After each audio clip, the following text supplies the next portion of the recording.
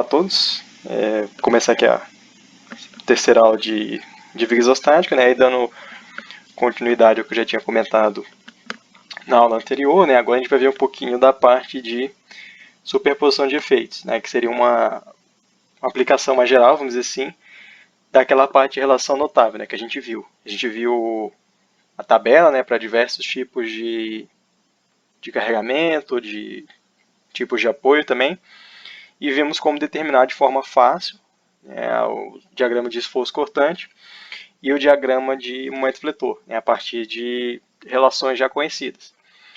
E aí o que a gente vai ver aqui agora, nessa parte de superposição de efeitos, é como generalizar essas relações notáveis que a gente viu para aplicar em vigas mais complexas, certo? Então, vão ter duas partes, né? Essa primeira parte aqui é sobre separação de cargas, né? E depois a gente vai ver em separação de trechos, certo?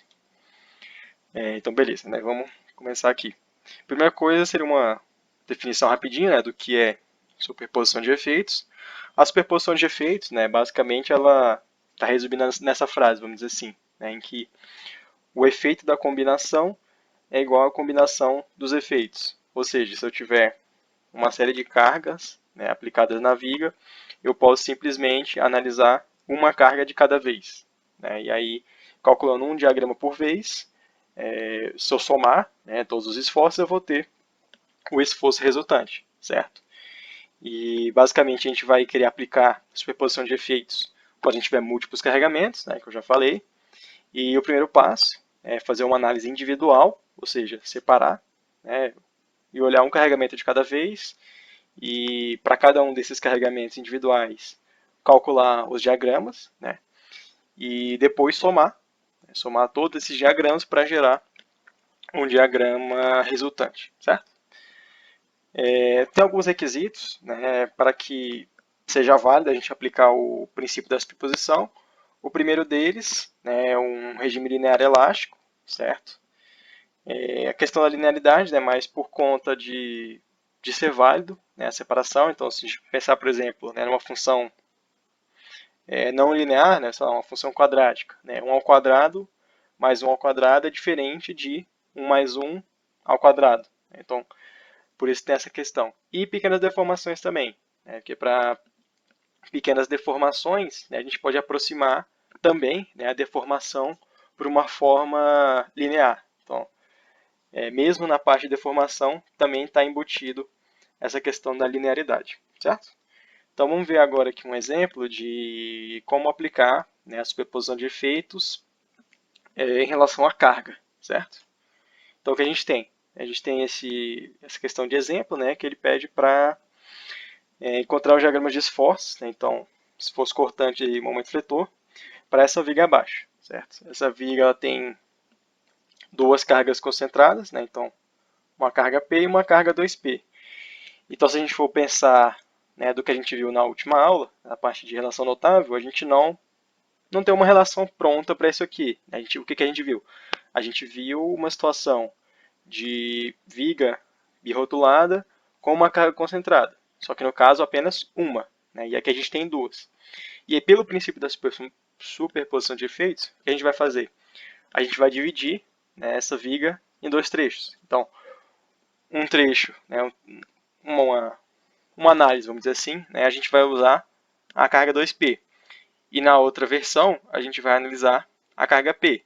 Porque aí, né, individualmente, para esses trechos aqui, a gente pode aplicar a relação notável para uma viga de apoio rotulado e uma carga concentrada, certo? Vocês voltarem lá na outra aula e consultar aquela tabela, vai ter, né, uma situação desse tipo aqui. Então, dois apoios, né, rotulados e uma carga.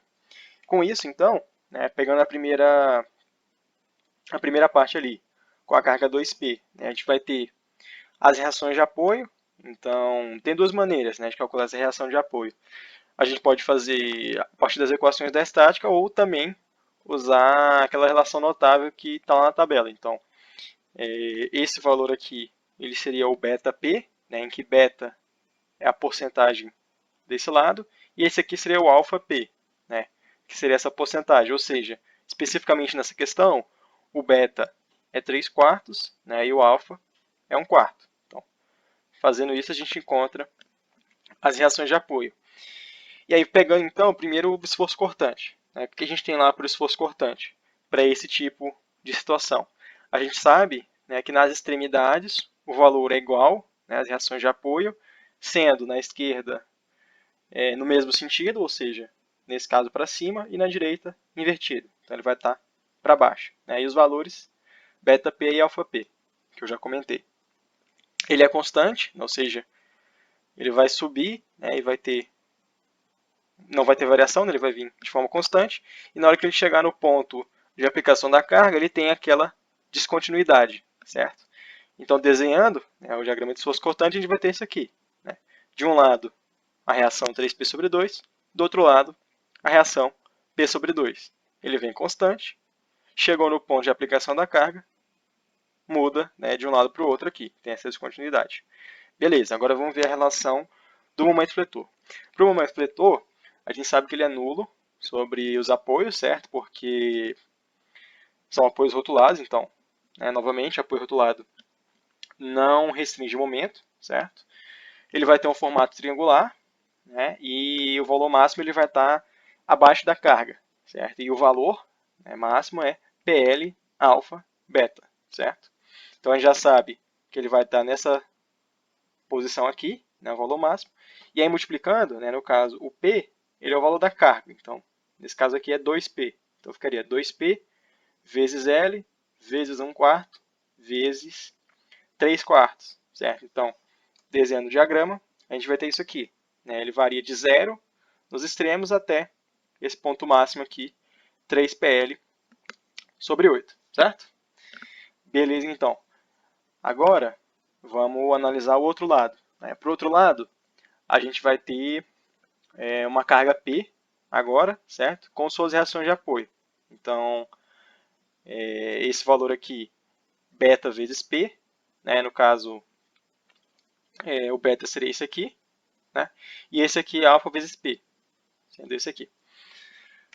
Beleza, então. Aí, novamente, né? Como a viga é igual, entre aspas, né?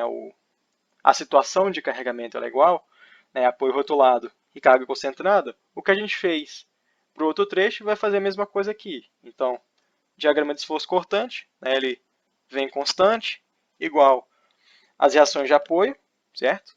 E o diagrama de momento fletor, né, nulo sobre os apoios, formato triangular, e o valor máximo PL alfa beta, certo? Isso aqui é exatamente a mesma análise que a gente fez para o outro trecho, né? Só que agora considerando essa carga P aqui, certo?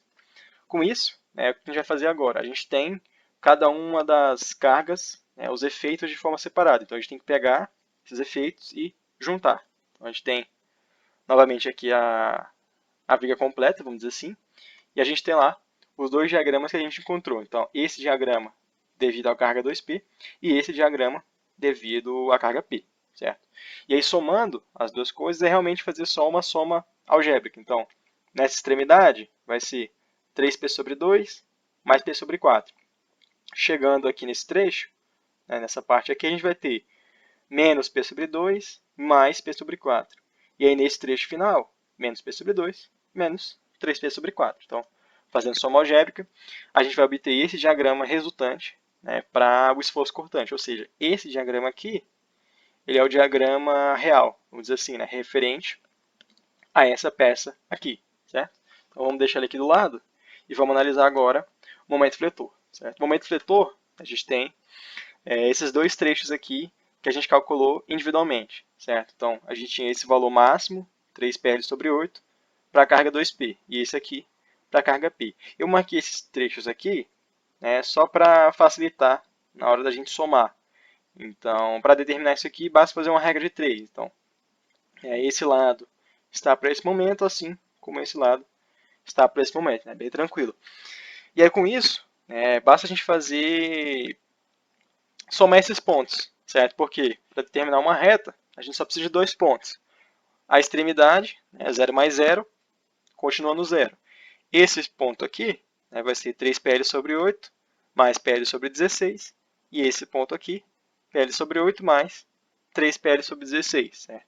Juntando isso, a gente vai ficar com esse diagrama aqui. Certo? Então, soma esses dois trechos, a gente vai ter esse vértice da reta. Soma esses dois trechos, a gente tem esse outro vértice aqui. Liga todo mundo, né? E a gente vai ter, então, esse diagrama resultante para o momento vetor. Certo? Então, vamos colocar ele aqui do lado e a gente analisa tudo certinho. Então, veja que, a partir dessa situação, né, a gente dividiu o carregamento em uma análise apenas dessa carga, depois apenas dessa carga. E aí, juntando todo mundo, o que a gente vai ter de diagrama para essa viga aqui, né, vai ser exatamente isso aqui. Então, diagrama de esforço cortante, cujo valor máximo é 7P sobre 4, e o diagrama de momento fletor é 7PL sobre 16. Certo? Isso aqui é uma maneira de aplicar as relações notáveis. Então, a gente pega carregamentos individuais, certo? E faz a análise das situações de carregamento que a gente tem na tabela. Certo? Isso seria um tipo de aplicação. Né? Um outro tipo de aplicação, que a gente vai ver depois, seria fracionar essa viga em diferentes partes. Em vez de separar a carga, separar a peça. Mas isso a gente vai ver depois numa outra aula, certo? Então, finalizando aqui, né? Obrigado pela atenção, espero que tenha dado para esclarecer mais um pouco aí a aplicação, né, das relações notáveis. No caso de alguma dúvida, né, algum questionamento, é só mandar um e-mail para a gente, né, petinquinb@gmail.com, e compartilha, né, com seus colegas, deixe seu like e se inscreva no canal. Obrigado, até a próxima.